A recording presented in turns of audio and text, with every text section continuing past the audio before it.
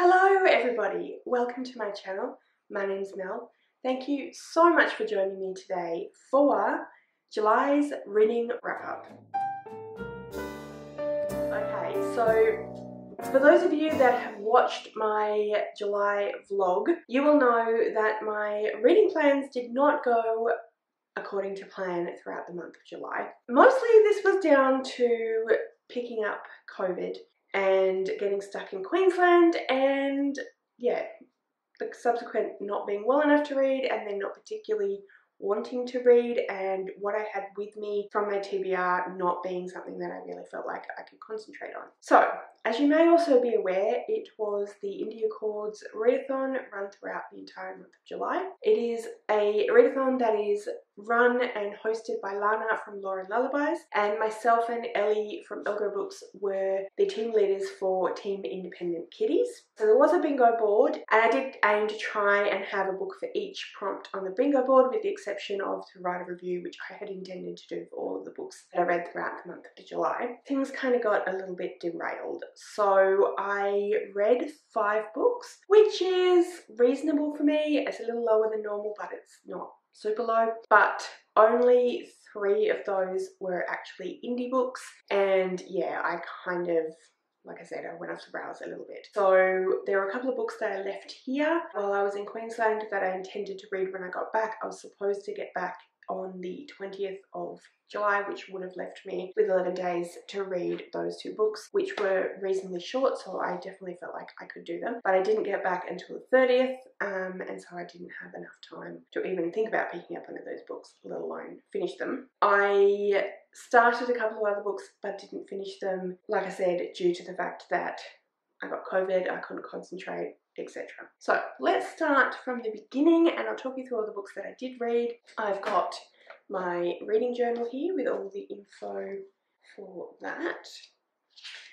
So the first book that I finished in the month of July, Stand Still, Stay Silent by Minna Sondberg. So this is a graphic novel and I just absolutely adore the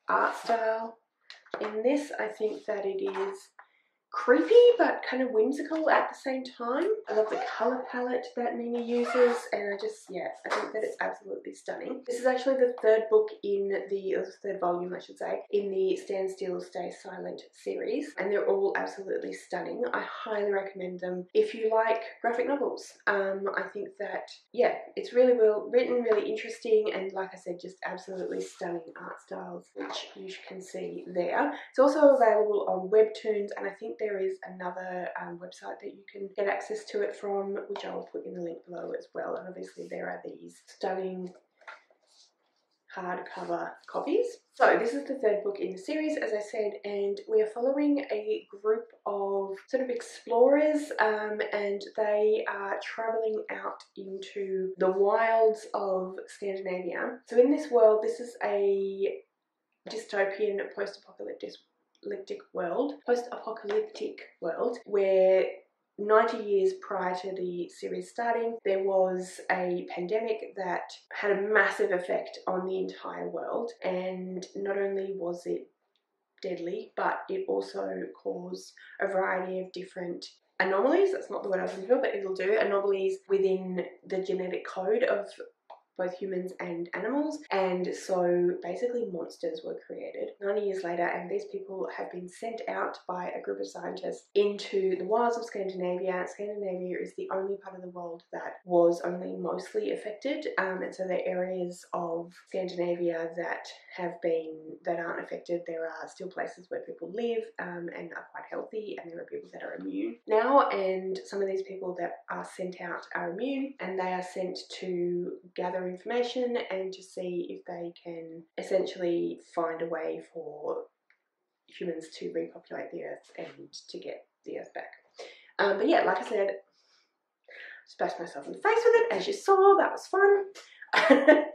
So like I said, I think this is really interesting, really fun, really well written, and yeah, my favourite thing about this series is definitely the art style. As I keep saying, I think it's absolutely stunning, but I really enjoy the characters as well. I think that they are really, really well written and just a really interesting mix of people in this quest. So yeah, if you enjoy graphic novels, like I said, if you enjoy post-apocalyptic dystopian stories, and also if you enjoy kind of ragtag team of young people put together, then I think you would enjoy this book, these graphic novels. So yeah, highly recommend. I gave this one a 7.71 on CAWPILE. So for those people that don't know, I use the CAWPILE system. For most of the books that I have been reviewing this year, I'm using a modified version, which is sort of my version of CAWPILE. CAWPILE is the rating system that was created by G from Book Roast, and I will link her channel in the description below, along with everyone else that I have and will talk about in this video, so you can definitely go and check them out, subscribe, all that stuff. So I use her rating system. Like I said, it's called CAWPILE, but I've modified it a little bit myself. But she does have, this year she created a couple of different versions, and there is a version specifically for graphic novels, which is, she's changed a couple of things so you can sort of record what you think of the art style as well as other things. Anyway, so like I said, I gave this 7.71 on CAWPILE. So on CAWPILE it's out of 10, which works out to be 4 stars.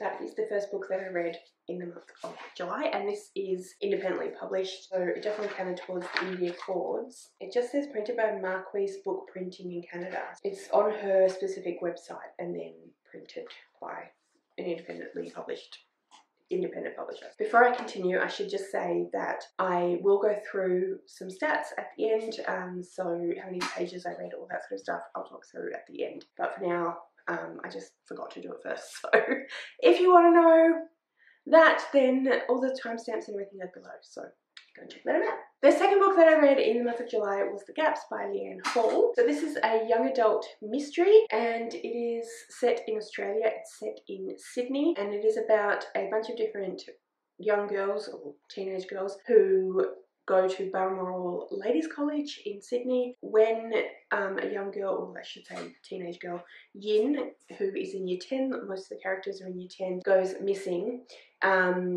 This affects her entire year, as you would expect, and we follow a few different girls, and we are kind of diving into a couple of main characters. So we have Chloe and we have Natalia, and we're diving into them and their lives and their personalities and what's going on for them. But we're also following the mystery of what happened to Yin. There's also some other mysteries that took place surrounding Balmoral Ladies College and in the general area, geographical area of Sydney where that is, and yeah, we're following those mysteries and how they connect to Yin, and yeah, like I said, just how this disappearance affects all of her classmates, but in particular Chloe and Natalia, and there's a bunch of different sort of mysteries, so more domestic mysteries surrounding them and their backstories. So I really enjoyed this one. I thought it was very well written, very fast paced, which I think is what you want from a young adult mystery. Yeah, like I said, it was really well written. I really enjoyed the authorial voice. I thought that she wrote this story really well. As I said, really fast paced, really easy to read, just really fun, keeps you going at quite a clip. It's not hugely twisty in the way that some thrillers are. It is more of a character study with the backdrop of the missing person, and how, like I said, that affects everybody. But I thought that was really well written and a really interesting way of exploring the different vulnerabilities of different people and the choices that we make and why and all of that sort of thing. So yeah, definitely highly recommend this one. I think that it compares to A Good Girl's Guide to Murder by Holly Jackson, and also to the Every Breath series by Ellie Marnie. So it's Australian in the same way that the Ellie Marnie series is, and it's a mystery, young adult mystery, and in that way it also compares to the Holly Jackson book, Good Girl's Guide to Murder. It is a straight narrative, so it doesn't have any of the media, multimedia, social media sort of stuff that Holly Jackson's books do, but I still think that it's comparable in the overall tone. And yeah, I really enjoyed this one. On CAWPILE, I gave this one a 7.57, which is also 4 stars, so just slightly lower than Stand Still, Stay Silent overall, but still 4 stars, and still really enjoyed this one, and definitely highly recommend if you like young adult mysteries, basically. Next book that I read is A Grave Talent by Laurie. I actually don't have this one. I don't happen to own this one. I read this one when I was in isolation at my friends Rachel and Jake's house. So I was in isolation in the spare room, which also happened to be the library. So I had access to all of Rachel's books. Like I said before, I couldn't concentrate for quite a few days. I was actually really sick, about 3 days, and then even for the next couple of days after that, I couldn't concentrate, so I really didn't do a huge amount of reading whilst I was sick with COVID. But once I started to recover, but I was still in isolation, I really didn't leave the corner of the house. When I started to get a little bit better, I was able to read A Grave Talent by Laurie. This is my third reread, I think, or third read, I'm not 100% sure. It's been quite a while since I read the book, but I have read it before. So Laurie, as you may know, is the author of, I have them just here, the author of the Mary Russell series, which I have spoken about a number of times on my channel. It is one of my favourite series of all times, and Laurie is one of my favourite authors of all time. I absolutely love her writing style. Her authorial voice is incredibly intelligent. A Grave Talent is the first book in the Kate Martinelli series, also by Laurie. It's actually her first series, so A Grave Talent was her first book, and I thought that it was very well written. And yeah, I just really enjoy, like I said, Laurie authorial voice. I think she's an incredibly intelligent writer. I think that she combines that kind of sort of meandering style of literary fiction really well with the more fast-paced thing that you need with a mystery, and somehow she actually does that really well. So even when she goes off on a tangent, it works within the story and it doesn't drag you out of the story. Although I love literary fiction, I do find sometimes literary fiction can be a bit like that. So the series, Kate Martinelli series, is technically contemporary, although it's written in the 90s, but it was written in the 90s, so it was contemporary to when it was written, and it takes place in San Francisco. We follow Kate Martinelli, who is a young cop, and she's just been partnered with an older male detective. Kate is a very private individual, and she doesn't share very much of her personal life or her private life with those people on the force, and that's partly just as a defense mechanism, and partly also because she is a queer woman on the force. Back in the 90s, when there were a lot less women, certainly not very many out queer people who are women. So the first book, we touch on that, although it isn't part of the narrative of the overarching story, but it's definitely part of Kate's narrative, and you learn more about Kate as you go along. So it's a little bit of a character study about Kate, but it's also a mystery. It's a murder mystery. As I said, it's very well written. I really love Laurie King's writing style. I would definitely recommend this book if you enjoy mysteries, if you enjoy literary fiction. Yeah. So for this one on CAWPILE, I gave it 8.57, which is 4.5 stars. So definitely, absolutely loved it. Really enjoyed going back to one of her older books, and yeah, I just really enjoyed it. Sorry, I should have said before, in terms of Indie Accords, The Gaps is published by Text Publishing, which is an Australian independent publishing house, whereas A Grave Talent, I think, is Penguin. So by this point, my capacity to find and read books was quite significantly lower than normal. I have been reading The Silence of Scheherazade by Daphne Suman, which is published by Head of Zeus publishing house, so independent as well, and as you can see, I'm just over halfway through, and I definitely intended to finish this while I was away, but it's literary, historical, very meandering, and I just found that my concentration just wasn't there for this one, so unfortunately I put this down and I have yet to pick it up again. As far as indie books go, the last indie book that I read throughout the month of July was The King's Men by Nora Sakavic. If you can hear whatever noise is going on outside, some kind of power tool, I apologise. There's, you know, not a lot I can do about the noises that happen outside my house.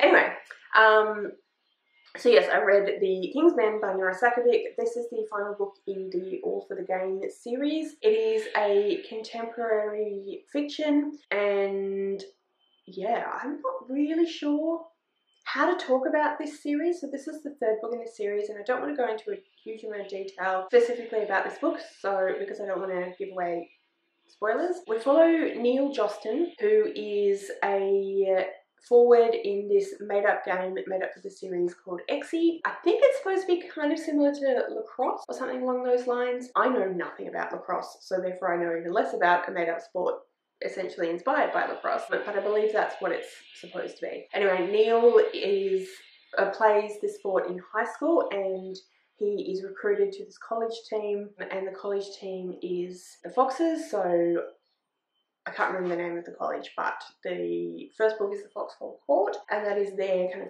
home court where they play. And it is about Neil becoming part of this team, and this team is kind of messed up. So half the team are upperclassmen, as they keep being referred to, and they have a few sort of normal issues that you'd expect from young adults, but the other half of the team are the lower classmen, and they have a lot of different issues from their past, a lot of trauma in their past, a lot of secrets, a lot of stuff going on, which actually works out perfectly for Neil because he has a lot of secrets from his past and a lot going on from his past as well, and he is on the run, although it takes quite a while for you to figure out what he is on the run from. So yeah, that's about as much from the actual storyline as I want to tell you. The third book does wrap up a lot of stuff and explain a lot of stuff that needed explaining, although I still feel like I'm a little bit uncertain about what was going on, I guess, in the background or in the past. But basically, yeah, there's a lot of trigger warnings for this one. There's a lot of not great stuff that happened in Neil's past, and that is being resolved and sort of figured out, although not necessarily in an amazing way. I really enjoyed the series, even though I'm not sure that I'm doing a great job of explaining why. I did really enjoy the series. I really enjoyed the third book. I listened to it on audio and actually really enjoyed the narrator, although normally I think I would not, but it suited this particular book really, really well. But yeah, so it's a little hard to describe. A lot going on, a lot of quite intense stuff. I don't think that you should go into this series if you're not prepared for a lot of potential trigger warnings and trauma, but it's also sort of at its heart a character study and a story about a bunch of sports players. So yeah, it is also queer, and it's not until this final book that the relationship that ends up developing happens between two of the male team members, and yeah, that's all I'll say about that. So for this book, I gave it a 7 on CAWPILE, which again is 4 stars. And then the final book that I read in the month of July was The No-Show by Beth O'Leary. So at this point I had completely given up on my TBR at all, and I was just reading what I felt like I could read. I had been stuck in this one room for 8 days, and it was the sick room, so Rachel and I kind of decided that maybe the books that I had touched, but also the books that I breathed on for several days, might be something worth keeping shy of for a little while. So on my first day out of isolation, I purchased The No-Show by Beth O'Leary. So this, I think, is her most recent book. It is a contemporary kind of chick lit, I guess, book. I really, really enjoyed it. I still think that my favourite book of hers is her first book, The Flat Share, but I really, really enjoyed this one, and I definitely think it was comparable. The other book of hers that I've read is The Road Trip, which again I also really enjoyed, but I definitely really liked The No-Show. We follow 3 women, and it starts out as they have been stood up by a man.